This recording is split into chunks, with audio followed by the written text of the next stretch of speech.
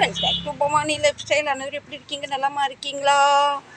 நான் இன்றைக்கி சூப்பராக உங்களுக்கு ஒரு கருவாடு பிரியர் உள்ளவங்களுக்கு தமிழ்நாடு கருவாடு பார்த்து பார்த்து சாப்பிட்டு போர் அடிச்சுட்டுனா எனக்கு மும்பை கருவாடை காட்ட போகிறேன். அதையும் பாருங்கள்.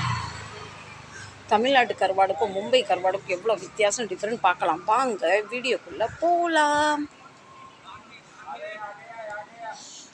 என்னதான் சொல்லுங்கள், தமிழ்நாட்டு சந்தை கருவாடு கடை போனாலே ஒரு சட்டி சோறு சாப்பிட்ட ஃபீல் ஆகும். அந்த கருவாடு மனம் அப்படி இருக்கும். இதையே எனக்கு பார்க்கலாம் வாங்க. நம்ம தமிழ்நாட்டில் ஊரில் எப்படி எப்படியோ கருவாடு இருக்கும். இங்கே இவங்க நம்ம இந்த ஊருக்காரங்க மராட்டிக்காரங்க சாப்பிட்ற கருவாடு இதுதான். இது பேர்லாம் எனக்கு தெரியல. பெரிய பெரிய கருவாடாக இருக்குது. இது எந்த கருவாடு தெரில. இதை டேச்சா பண்ணுவாங்க. இதுவும் கருவாடு தான். கருவாடு எப்படி இருக்குது பார்த்தீங்களா? நம்ம ஊரில் மாதிரி இல்லை, இங்கே வித்தியாசமாக இருக்குது. நம்ம ஊர் கருவாடு அடிச்சிக்க முடியாது. இங்கே உள்ளவங்க விரும்பி சாப்பிட்ற கருவாடு இதுதான்.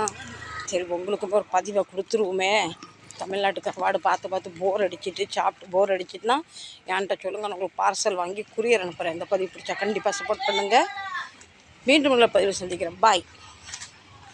லைக்கை மறந்துடாதீங்க மக்களே.